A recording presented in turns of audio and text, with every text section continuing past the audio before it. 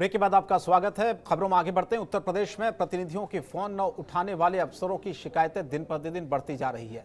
पिछले दिनों भी सरकार ने अफसरों को इसके लिए सख्त निर्देश दिए थे, लेकिन बावजूद इसके अफसरों के कानों में शायद जूं तक नहीं रेंग रही है। रिपोर्ट देखिए आप।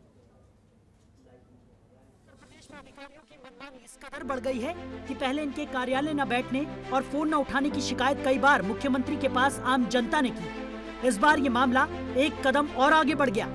जब कई जिलों के अधिकारियों ने विधायक और सांसदों का फोन नहीं उठाया, तो इस मामले को लेकर विधायक और सांसदों ने चिट्ठी लिखी, शिकायत दर्ज कराई, जिस पर शासन ने मामले का संज्ञान लिया और सभी वरिष्ठ अधिकारियों को जनप्रतिनिधियों के नंबर अपने मोबाइल में सेव करने के और फोन आने पर रिसीव कर सुझावों व अनुरोध पर नियमानुसार प्राथमिकता से कार्रवाई के आदेश जारी किए। कांग्रेस पार्टी बहुत पहले से कहती रही है कि उत्तर प्रदेश के मुख्यमंत्री आदरणीय आदित्यनाथ जी का प्रशासन पर कोई इकबाल नहीं है और अखबारों में तो छप चुका है कि बाकायदा माननीय मुख्यमंत्री के कार्यालय के फोन नहीं उठाए जाते।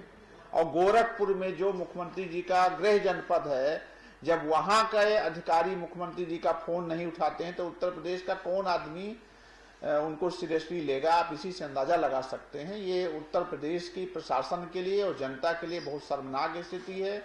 सरकार को इससे निपटने के लिए कोई प्रभावी उपक्रम करना चाहिए, क्योंकि अगर मुख्यमंत्री का फोन अधिकारी नहीं उठाएंगे तो आम जनता की क्या सुनी जाती होगी, इसी से आप कल्पना कर सकते हैं। प्रमुख सचिव संसदीय कार्य ने प्रदेश के सभी अपर मुख्य सचिवों, प्रमुख सचिवों व सचिवों, डीजीपी तथा सभी कमिश्नर व डीएम को पूर्व में दिए गए निर्देशों के बावजूद शिकायतें आ रही है कि सांसदों व विधायकों द्वारा जनहित के कामों के लिए जिलों के अफसरों को फोन करने पर न तो कॉल रिसीव होती है और न ही कॉल बैक किया जाता है। इस गूंगी बहरी सरकार को हम लोग विपक्षी दल पहले दिन से कह रहे हैं कि अधिकारी निरंकुश हैं, इन पे कोई कंट्रोल नहीं है।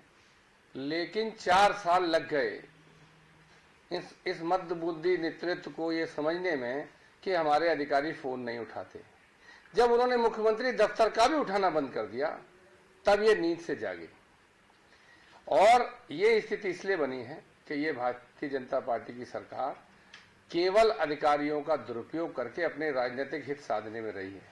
ऐसे में शासन और फील्ड के वरिष्ठ अधिकारियों को आदेश दिया गया है कि वे अपने नियंत्रण वाले सभी अफसरों व कर्मचारियों को अपने स्तर से नए सिरे से निर्देश जारी कर बताएं कि वे अपने कार्यालय के फोन व मोबाइल में सांसद व विधायकों के फोन नंबर सेव कर लें और फोन न उठाने की स्थिति में दोबारा कॉल बैक करके जानकारी लें। ऐसा न करने पर कार्रवाई भी हो सकती है। माननीय मुख्यमंत्री जी ने पहले ही इस दिशा में सभी प्रशासनिक अधिकारियों को दिशा निर्देश जारी कर चुके हैं और लगातार वो इसकी समीक्षा भी कर रहे हैं और जो भी कर्तव्य में शिथिल पाया जाएगा सरकार उसके खिलाफ कार्रवाई करेगी। अब ऐसे में देखना ये होगा कि शासन के इससे पहले भी फोन न उठाने और अधिकारियों का समय पर कार्यालय बैठकर जन सुनवाई न करने पर पत्र भेजे गए हैं। अब इस आदेश का अधिकारीगण कितना पालन करते हैं, ये तो आने वाला समय बताएगा।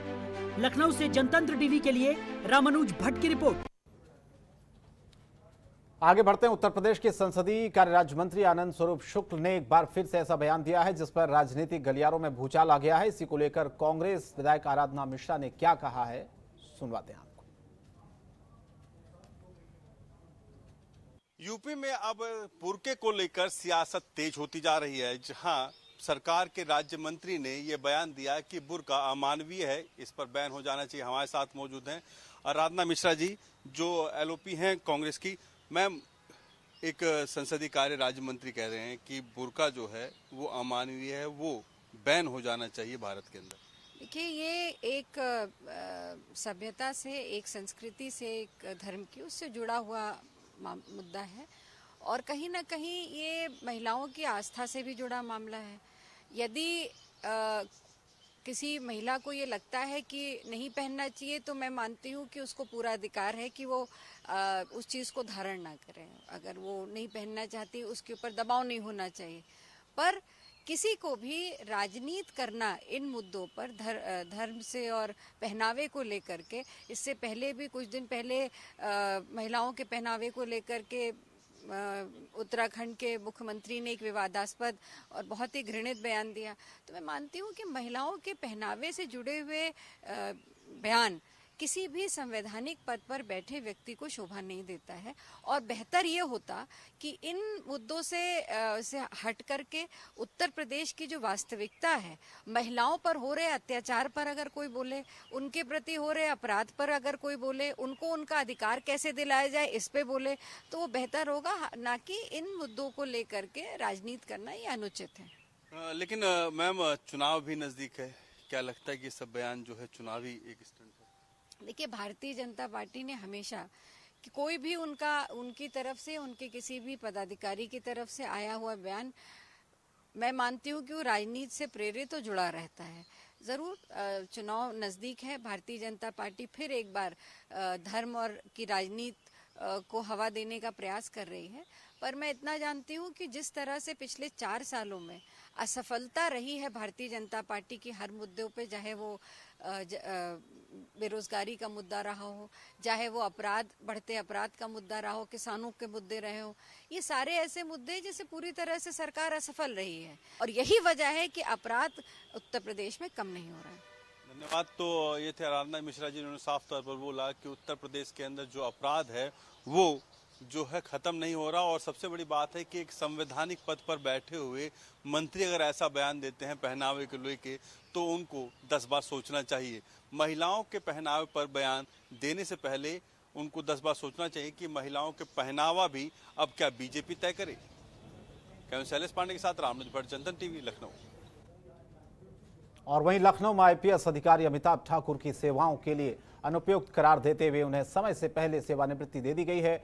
1992 बैच के आईपीएस ठाकुर को जनहित में तत्काल प्रभाव से सेवानिवृत्त करने के आदेश दिए गए हैं, जबकि उनका सेवा कार्यकाल पूरा होने में अभी समय बाकी है। गृह मंत्रालय के आदेश में कहा गया है कि जनहित में अमिताभ ठाकुर को तत्काल प्रभाव से समय से पहले सेवानिवृत्ति दी जा रही है। इसके बाद अमिताभ ठाकुर ने अपने घर के बाहर जबरिया रिटायर का बोर्ड लगा दिया है।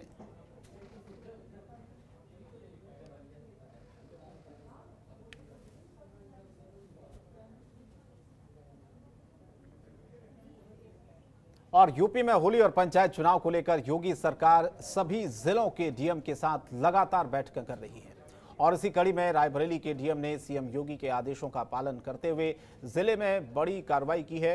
डीएम ने आला अधिकारियों के साथ शहर भर की कई दुकानों पर छापेमारी की कार्रवाई की है। डीएम ने शराब की कई दुकानों के सैंपल लिए हैं, जिन्हें जांच के लिए लैब में भिजवा दिया गया है। वहीं प्रशासन की कार्रवाई से दुकानदारों में भी हड़कंप मचा हुआ है।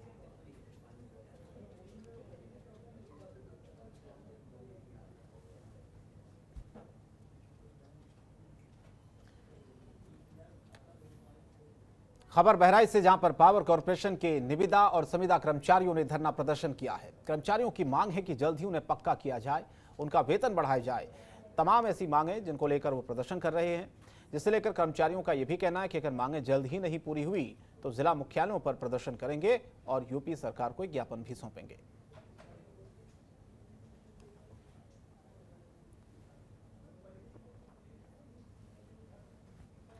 उत्तर प्रदेश के झांसी स्टेशन पर 2 नन और लड़कियों को ट्रेन से उतारने के मामले में पुलिस ने अपनी जांच पूरी कर ली है। झांसी जीआरपी के प्रभारी सुनील कुमार सिंह ने बताया है कि अखिल भारतीय विद्यार्थी परिषद के एक कार्यकर्ता ने शिकायत की थी कि महिलाओं ने दबाव बनाकर 2 लड़कियों का जबरन धर्म परिवर्तन कराया है। जांच में शिकायत झूठी निकली। उन्होंने नन से दुर्व्यवहार के आरोपों से इनकार किया है। जीआरपी ने उनको दूसरी ट्रेन से रवाना भी कर दिया है। अब वो युवतियां वापस केरला पहुंची तो इसकी जानकारी केरल सरकार और कैथोलिक बिशप काउंसिल को दे दी गई है। इसके बाद केरल के मुख्यमंत्री ने गृह मंत्री को पत्र लिखकर ये बताया है कि महिलाओं को बिना महिला पुलिस के जबरन उतारा गया, ये राष्ट्र भावना के विपरीत है। उन्होंने पूरे मामले की जांच का आग्रह भी किया है।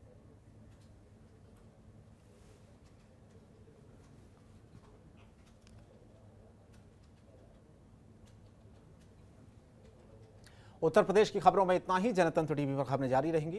नमस्कार। खबरों के निष्पक्ष विश्लेषण के लिए सब्सक्राइब करें Jantantra TV and press the bell icon. Never miss any update.